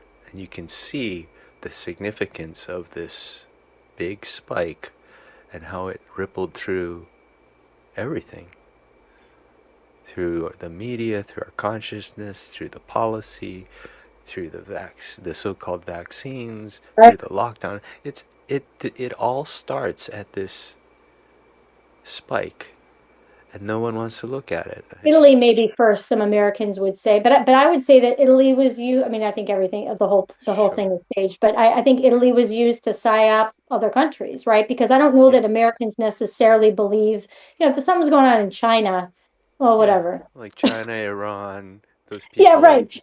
Exactly, But exactly. when it But comes to Italy, New York City, oh man, right? right. And Italy, people love Yeah, Italians, yeah, right? We love Italy. So if something's going on in Italy, then we have to take it seriously. I guess the other thing that I didn't bring up that I know you and I have talked before about and I've written about, but is the spike in young deaths. I mean, here we have right. it's the same. This is just 2020, Oh, but do you want to 15 days. share that? Sorry, Yeah, do it I have took. it? Is it on here? No, you might want to share your screen again. Shoot, I'm sorry. I thought I No, was still. I unshared it so that we Yeah, could. yeah. So, I Yeah. mean, this is, and actually, I just got this data. I usually use weekly data for it from Wonder, but I got this from New York City Department of Mm, Health. This is daily.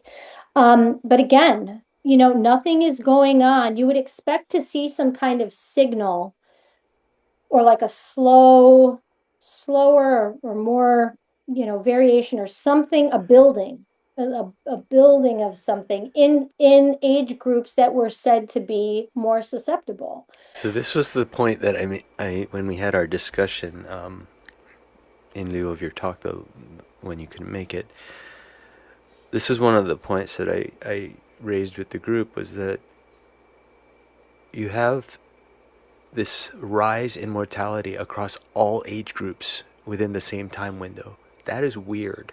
It's so And weird. it's counter narrative because the narrative says, oh, elderly are more susceptible, immunocompromised are more susceptible. So you should see more distribution in certain age groups. Yeah. But like groups like the 25 to 44-year-olds and the 45 to 54-year-olds, why is that rising at the same time? Or even 55 to 60. I mean, Yeah, this is all cause, but it doesn't even matter. I mean, this is only the younger group shown. And yeah, obviously the raw numbers are lower because they're lower anyway, sure. right? They're always going to be lower. What's interesting too is that the 25 to 44 goes down before the other age groups. But so do emergency department deaths go down before other places. So it's interesting. It's Mm-hmm. not. I've looked at cause. It's not primarily drug overdose. People are like, oh, it's opioid. Not according to the CDC. There was some rise in New York City in opioid deaths, but not a lot. Actually, not as much as you might expect. A lot of it's COVID and a lot or COVID blamed, excuse me, and a lot of it's in hospitals. So why are young people dying in hospitals? And some people have said to me, well, because there's a lot of metabolically unfit people in New York, more so than in Chicago. Mm, I mean, that just doesn't, or Atlanta. I'm just trying to like go through like how does that, or Mississippi, how does mm. that work? Some of it could be, the overdiagnosis or marking of cases as COVID, for Sure. I example, mean, right? or I've gone through prisoner populations, Mm, homeless mm, populations, mental health, right? Mental health wards, that tends to be in certain kinds of hospitals, tends to be younger. So, but this is scary. And what colleagues and I had found is that there's no other city that looks like this in the younger age groups in the time period. People talk a lot about died suddenly and young deaths with a shot. I'm like, can we talk about New York and this is Spring? before the shot. Yeah, I this mean, is. this is right. Exactly. Yeah, people say the shot. I'm like, no, no, no. It can't possibly be the shot. Here's the raw numbers Hmm. in the time frame. So again, normal would be for 25 to 44-year-olds in New York City of 8 million people, but still, Hmm. 500. But I mean, it went up over 150%. Like that. That's Yeah, not a small number. it's not the less than a fraction of a percent that they said, No. for that age group. No, plus, Th- I don't have it, I don't have the chart right here, but speaking of World Trade Center disaster is skewed younger, right? Because it was working adults Right. and people who are at the office by 9 o'clock or whatever. Right. But the toll, I mean, so this would be Right. So this is more than double. I mean, we're not too far off of what the World Trade Center casualty. Now that was a Hmm. single day, Yeah. but still, when Hmm. you think about that and that there's been no accountability for this, that's I mean, at least with 9/11 we had a sham commission report, right? Within what was that, a year? Yeah. I mean, we've had sham reports with this event too, but they've been so narrow. They've been so narrow. I So, think this particular distribution of deaths is worth examining because I don't it really doesn't match with any kind of viral disease distribution, and certainly not all at the same time like that in such a tight time window. no, what it does match though, it's funny because, the reports out of Italy and China initially were like, hey, it's not, it's primarily the older. Well, then we see, um, I mean, the WHO, like starting in March, started saying, young people are at risk too. I don't know if people remember that some of us got these postcards in the mail, like war leaflets or something about, that were the president's coronavirus guidelines issued on 15 days to slow the spread. And part of what was on that postcard was, even if you are young or otherwise healthy, you are at risk and your activities can increase the risk for others. I mean, so what I see is a sudden switch to young and healthy too. Now, you could say from a propaganda perspective that they had to start saying that to get people to buy into 2 weeks. Hmm. Hmm. Like you have to do your part. You're at risk and you can spread it to others. Hmm. But once you take spread out of the equation, like what that's an interesting thought experiment for people too. What if nothing, I'm not saying no viruses or viruses don't exist, thing. What if something wasn't suddenly spreading, emerging from a point source in Wuhan or Hmm. wherever and traveling around the world? Like that's the story that we're getting. Hmm. I mean, it's possible that, whatever they co-opted or whatever they found was already out there, and had been for a long time. So I think that's worth considering. Um, but yeah, I mean, this is on my site, but this message was came in March, and people were saying it. Scott Gottlieb, Wall Street Journal, young people, Jessica Rose saying young people are getting it. I mean, I got all kinds of things here, Hmm. and it was the loudest out of New York. I Yeah. say it's part of the New York City script. At the federal level, this is what we were being told. Hmm. So I don't know if other countries were as loudly, but we were suddenly. So weird, very weird indeed. Very weird. And the opposite of that prevailing narrative, which was it was elderly that was at risk. Sure. Right. Right. Hmm. Still, every time we look at this, there's just still more questions. I It's like know. an unsatisfying itch that's deep below the skin that you can't scratch. Yeah, I mean, if anybody is, yeah, in New York, or I mean, I did a few weeks ago, at the end of January, I did present to Senator Scofus's chief of staff. He wasn't there, Hmm. but and I filed, not quite related to this, but I have filed complaints with two federal entities regarding the H&H data for Elmhurst Hospital and some discrepancies. I haven't heard Hmm. back. So I know people had a lot of, hopes for the new administration and HHS, and I haven't really seen a lot coming out of them Mm. regarding the truth about early 2020. That's for sure. So sad to say. Sad to say. Well, let's open it up and see if anybody has other Questions, questions. Oh, comments? well, there. One of the comments in the chat says the CDC has admitted that it faked 99% of the deaths to get people to take vaccines. Another comment says, once you believe in pandemic, you don't need an explanation. You will accept any explanation that offers a way out. Hmm. Um, let's see. What do you think about? So, what's your perspective on the treatments that were offered that were sort of, the off-label drugs like Good, ivermectin and yeah, good hydroxychloroquine. question. I've written a little bit about that. I haven't seen any study. This is kind of a joke, but kind of not. With ivermectin, I'm like, okay, I haven't seen any. Where's the randomized controlled trial around ivermectin versus chicken soup and a warm hug? Where is that? It's not. I'm not a pharmaceutical expert. I don't. Sure, That's not an arena. I can't. Nobody can be an expert on everything sure, in this.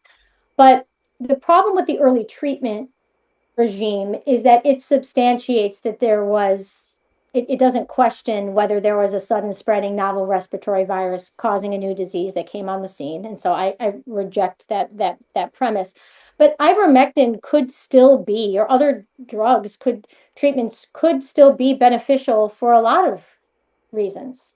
right, But I don't think it necessarily means that there was something new. And anything is better than euthanasia. Anything is better than maltreatment. I mean, right, again, we're 6 years past, so I know people died. It is right, serious.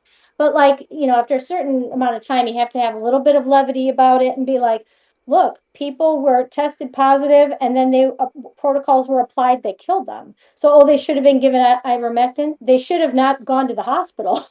I mean, the most dangerous place in New York City was a hospital, yeah, right? So, I mean, if you didn't test, you increased your chances of living yeah. for No, I from think that's demonstrably whatever. true. So that's kind of the challenge that I see with the early treatment, that whole regime was launched at the same time. And my contention is that the core lie is that there was something suddenly spreading. They had to get you to believe that something was spreading and coming to a city near you in order to get you to believe in 2 weeks. And then the war was won. When we said okay to 2 weeks, that was it. That was it. So, in There my seem opinion. to be some arguments being made that the films of people's lungs that were presenting at hospitals, had that ground glass opacity, what was called ground glass opacity, white patches in the scans, basically. Um, but there was a difference of opinion. It seemed that some people seemed to believe that this meant it was COVID, and others felt that it was representative of what is often seen in pneumonia, Yeah, and deep lung infection.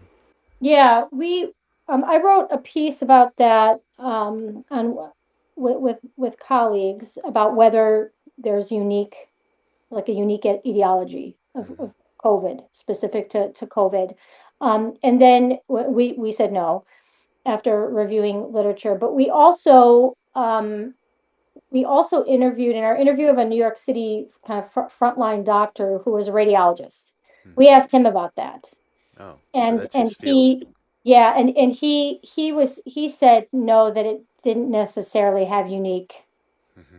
signatures. So I mean, people can read that if they want. But yeah, I mean, I think there's a lot of things that come back on those reads that are like, I mean, speaking of Snohomish Man from early on, the guy was admitted to the hospital with like unremarkable symptoms, and he developed hospital acquired pneumonia. I mean, So well, I yeah. mean, it's right there in the New England Journal of Medicine report. People should read it. It's ridiculous. Hmm.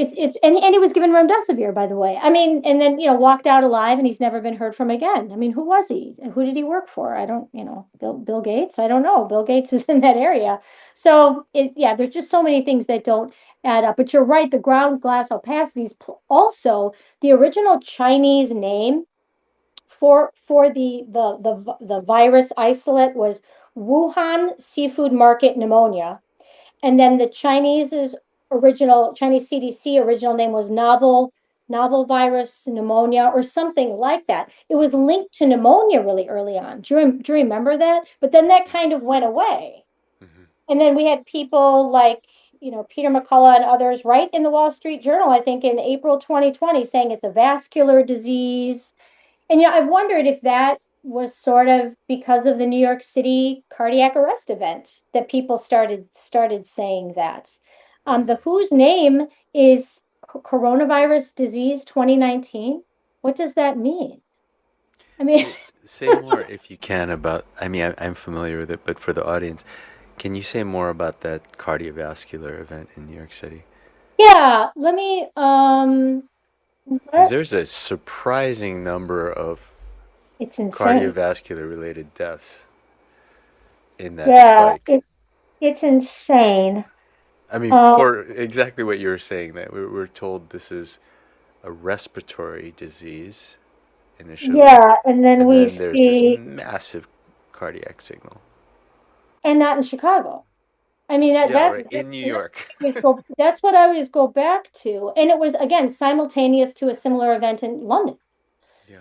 So, could the ambulance sirens have caused people to go into cardiac arrest? I don't know. Or was it Um, the diagnosis that was applied, or it's hard I'm to trying to know think from of the where that data. is. I think somebody has their hand raised. Let me, while I try to pull that up, if somebody Let's wants to. see. Jean Tobin. Hey, Gene, you want to unmute and ask your question? Okay. I just wanted to say I came into this later, so you Yeah. may have mentioned this, but as soon as the whole situation started in Italy, in northern Italy, Hmm. I already knew that there were a lot of pharmaceutical companies based in northern Italy. Yeah, And a lot more were based there since the financial crisis of 2008, which was a worldwide thing. And Italy suffered a lot in that crisis. And one of the ways they boosted their employment was to have these pharmaceutical companies locate in northern Italy. So sure. when I heard that, because I knew from the beginning that this thing was, I mean, I call it a scam. I think there was a virus and so on, but the whole thing was completely overblown in about 15 different ways.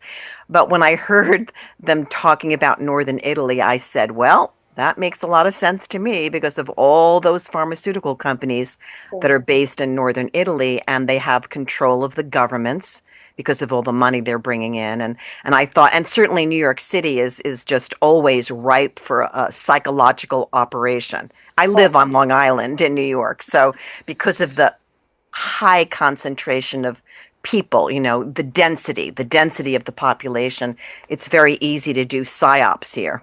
And yeah. of course, a lot of medical hospitals and et cetera, et cetera. Yeah. Yeah.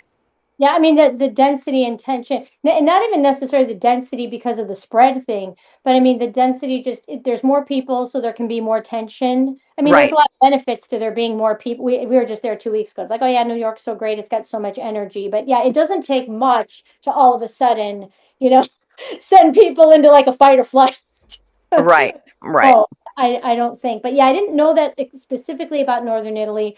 There are reports about they're kind of weird, but there's some reports about midazolam shipments from Germany into Northern Italy. I mean, it's funny because it's hard to separate what reports are like part of the psyop.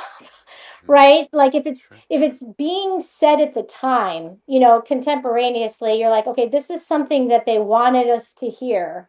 So we have to probe it and it's misdirection in some way, shape, or form. But yeah, that's it. That's interesting about the pharmaceutical companies. I don't think I knew that. Yeah, it Um, would be easier. In other words, it's much easier to create a psyop when you have powerful people that are Absolutely. a few powerful people, not a lot, that are Yeah. part of the psyop. Yeah. Yeah. Yeah. there's been a Absolutely. similar argument made about Boston too, and Massachusetts, because Massachusetts, I think, is like maybe second or third after New York City in terms of number of deaths in the spring. It depends how you do it. But yeah, it's Yeah, not, I mean, it's Boston it's has, a little yeah, higher. yeah, But the number of pharmaceutical companies that are centered in and around Boston is probably on par with Northern Italy. Moderna's there, obviously. Pfizer is there. Um, I mean, plus Harvard, I mean, yeah, elites, Harvard. right? Yeah, I mean, all of the so, medical you know, schools. Yep. yeah, right, exactly. Yeah. Yeah, MIT.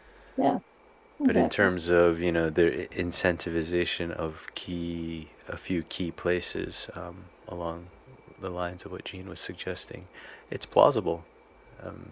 I mean, didn't what's have it. crazy about northern Italy too, and the Lombardy provinces. I mean, so you have stuff going on ostensibly in Lombardy, like Bergamo. Which it's funny, Bergamo is right in the center, so it's like the literal epicenter. It's geographically in the center of Lombardy. I mean, Hmm. come on. But then nothing's going on in Venice. Yeah. Nothing's going on in Rome. Yeah. I mean, that doesn't. I mean, from a spread perspective, Hmm. right? Hmm. That doesn't make sense. Hmm. That's why for me, I think again that's the core lie, that nothing was suddenly spreading. Yeah. Something could be out there already, but suddenly spreading, you would see it distribute in a different way. Yeah. At You least we're would you told. would think Rome would be one of the worst places, right? You would think. I mean, one of the comments in the chat says, "I honor you for questioning the narrative. I sat back and watched and gave them 2 weeks to prove their narrative because there was not a history of everyone being shut down prior to. And when they said they wanted to continue with the shutdown, I knew there was a psyop happening, even though Yeah, I couldn't imagine so many people being a part of it around the world." yeah. I mean, I think a lot of people are like, okay, 2 weeks and then we'll see what happens. Right? And yeah, only in retrospect is it like, okay, we shouldn't have even have given them 2 weeks, but it sounded kind of fun in some ways. I mean, for some, right? Like, okay, I get 2 weeks. I mean, I still have friends that say that. Well, it wasn't so bad. I got, Didn't have to the go to whole work. spring we were doing our thing, and people who were still getting paid, and right. Yeah. So I think people thought it was a nice break from their daily lives. I mean, some people say that there was like mass panic set in at that time. I'm like, I mean, there was fear. I get it, but those first weeks were very rah rah. I remember healthcare Hmm. heroes. Remember all that? Hmm. Broadway stars doing their recordings. It was like a war effort. It was like a yay, we're going to war against the virus. Hmm. Part of what I remember anyway. Yeah. Oh, so you brought up the cardiac That's the arrest, but cardiac arrest. yeah, I yeah, mean, come tell on. us about that a little bit. What in the world? And it does stay a little elevated for the rest of the year. But I think, insofar as a poisoning hypothesis would go, or if a poisoning of some kind would explain this, even something like drugs, my challenge is that I think a poisoning would have more random variation in there, right? Not rise like a curve. So if you match, I don't know if I have it in here, but there were what what I think were deadly orders given to EMS about what to do and what not to do.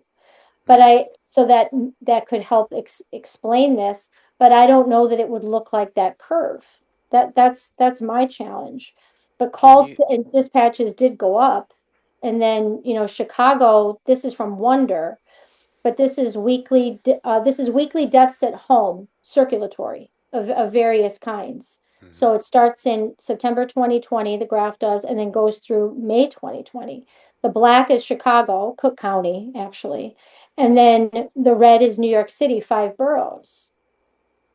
I mean, that again, we don't need to population adjust here. It's showing each city relative to itself. Yeah. Chicago had a case first. But I think this is where the COVID is a vascular disease came from. Mm. I really do. But I'm not saying I think that's real. I don't know. I don't know if it is. Jean, do you have another question or point? She needs to Yeah, mute. my other point was I don't know if you already brought this up, but in New York, most of the people that died were in a poor socioeconomic area. In other words, these hospitals in very economically challenged areas where they Public didn't hospitals. have people like family or whatever that support. In the wealthier hospitals, you didn't have the same large number of people passing. Right. Did you? I don't know. Again, I came So late, but I just wanted to make that point. sure. So I have a couple things about that. I do somewhere, I'm not gonna be able to find it right now, but I do have a graph because I did get death data from H&H. And so H&H versus everybody else really isn't that different. I mean, if you're just going with public hospital. The other thing that's really interesting, there's a study, can't remember the authors, but that compares Chicago versus New York in this time frame. And they found that a lot of the, I want to say COVID hospitalizations and deaths were among working class Hispanic, and Chicago was like poor black, Yeah. which didn't like that was sort of a miss. It didn't really make sense. But early on the narrative was like it's poor people. I don't know if you were here for the bill. Did you see the Bill Maher? What I mean, Bill Maher was still saying that in 2023. He was saying people died in a lot of nursing homes simply because the people who take care of the people in the nursing homes are poor, and poor people get COVID. So that was like part of the justification for a lot of things, especially in big cities. Like it's an equity thing. It's a we have to protect poor people thing. And so it's appealing to people's like virtue and guilting people. I think that's the problem kind of I have with that narrative. But with the hospitals, I haven't found necessarily that at least the public hospitals versus everybody else is a I guess greater the proportion. famous, the most famous hospital is probably Elmhurst, which is one Right. of the city hospitals, right? Yeah, it was a show. Yeah, I mean it's in a working class. I mean, I know where it is. It's Yeah. it's in Elmhurst, Hmm. So um, you know, yeah, it's just it's really really interesting. I mean, go ahead, Jean. You're going to say again? When I brought that up, I just remember actually reading stats about it. I don't have Yeah, all the stats at the top of my head, but I didn't mean that poor people get COVID. I'm not taking that angle at all. I just sure. mean that if you're going to do a psyop, the place you would choose would be a hospital in the place of a poor area. And Yeah, yeah, certainly there are these concentrated poor areas in New York. And I read stats about it many years ago that, I don't have at my fingertips, but they certainly seem to be valid. And whereas because we have some fantastic hospitals in New York, like wealthy, all of that, and there were much less people dying in those hospitals. yeah. I'd have to look back at the vital stats report again on that too. I mean, you may remember tons of. I mean, I personally know a good number of Manhattanites who left. I mean, like a lot of rich people left for that and didn't come back until the end of the year. So you ask them like, what was going on during spring 2020? They're like, I don't know. I wasn't I wasn't I wasn't here. So, if everybody left over is maybe, or at least not a multi-millionaire, that's maybe gonna change the scene too. There were ambulance transfers that went on. I mean, part of my bigger hypothesis is, it's kind of scary, but I think the feds ran a drill. Like they ran a simulation. They ran it with real people, but they ran like a chemical attack plan. Or my sister, who's worked in Ebola outbreaks, um, she's like, it's like they ran a disaster medicine plan. Regardless of whether there was anything, they just kind of went through and they had done a lot of simulations in New York City hospitals.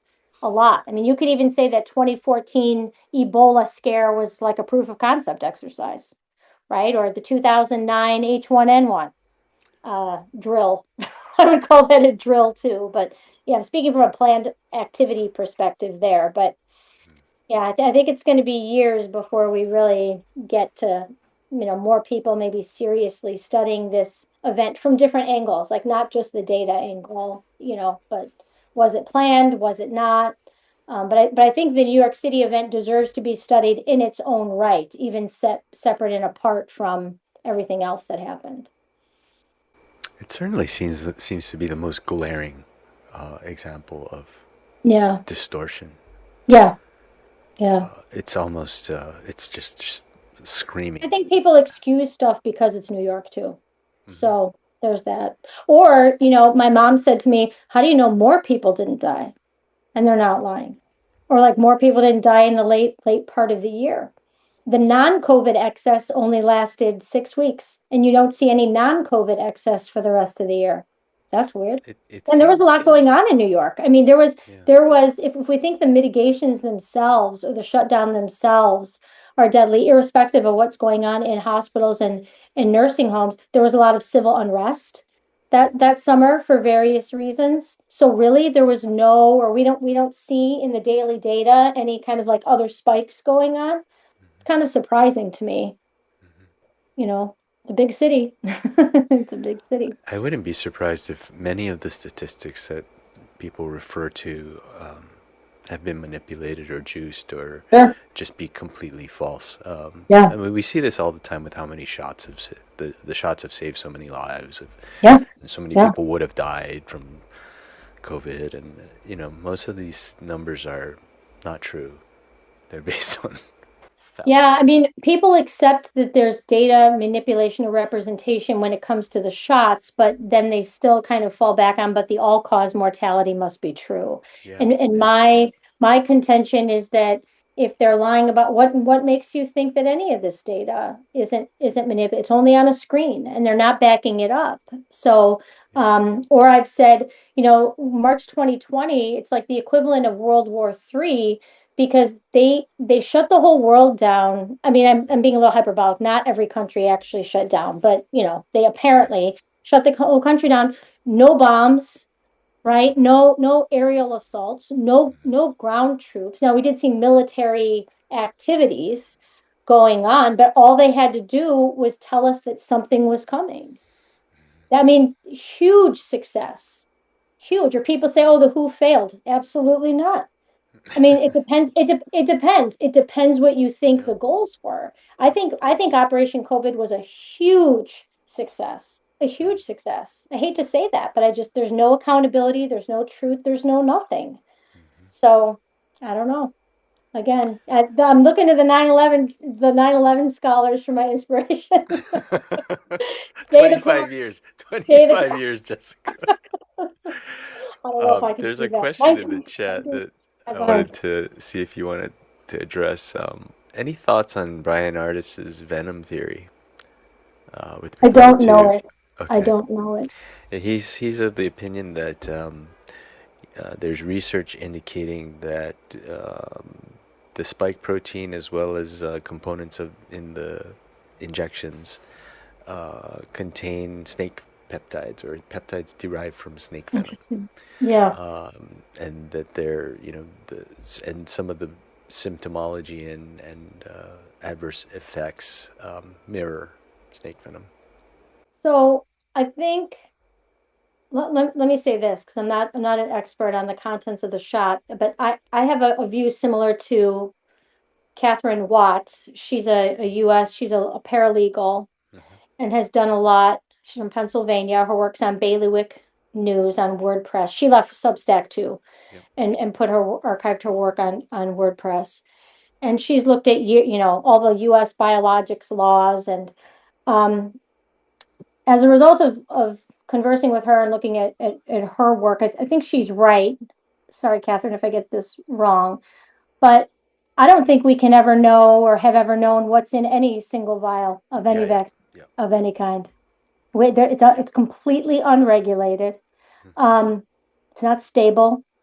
There's no evidence that what's in this vial and what's this in this vial are the same, even if they're purportedly for the same thing. Or I know she doesn't make a distinction between like flu shot, COVID shot, polio shot, whatever it is. We don't know. We can't link this stuff to anything. All this, well, batches, this, that. She's like, it's all, we don't know. Reject all of it.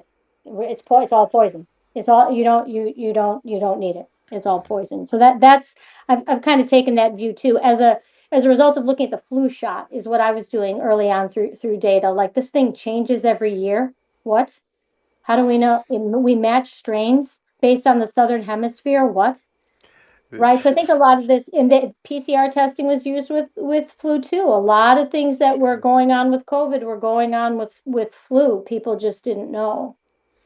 They just didn't know. So Yeah, I mean, in some ways, the mythology that we have about like lots and lot numbers and consistency in testing, in some ways we believe it because we've been told this for a long time. right.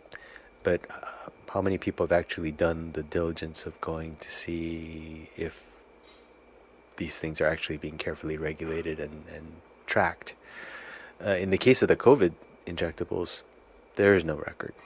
No. The closest thing we have is some people testing leftover vials that people have donated or sourced together, and maybe you can make claims about the thing that you tested, but you can't really make claims about the entire lot or about the entire series of injectables, because we could be Right. looking at Or the dozens of stability of what's different inside. formulations or dozens Yeah, of conditions of I have no idea. of the product, Yeah, degraded, not degraded, stored properly, not stored properly, exactly. manufactured improperly with contaminants. I mean, there's so many possibilities. I mean, just say my generation was taught to say no to drugs, so just say no. They say that that program was not effective. It was for me. I've never taken at least an illicit drug at any point in my life. So I think if you just say no, and you don't get tested. Well, I mean, I think that's the solution is you starve the beast. You don't wait around for an NIH director or HHS director or CDC or FDA. You don't wait for them. They're not doing anything. So just say no. Just say no. Do not comply, as they say. Do not comply. Exactly. Exactly. Well, if anybody wants to ask another question on camera or on recording, they can do so now. Otherwise, I'll stop the recording, and Jessica's been gracious enough to say that she'd answer more questions off recording. So I'll give it one last call. Anybody?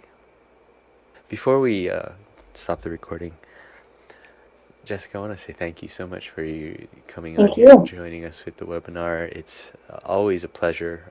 Learned so much, and it's great fun too because I think you have a great authenticity to your investigation that we need more of. Thanks. Thanks for having me.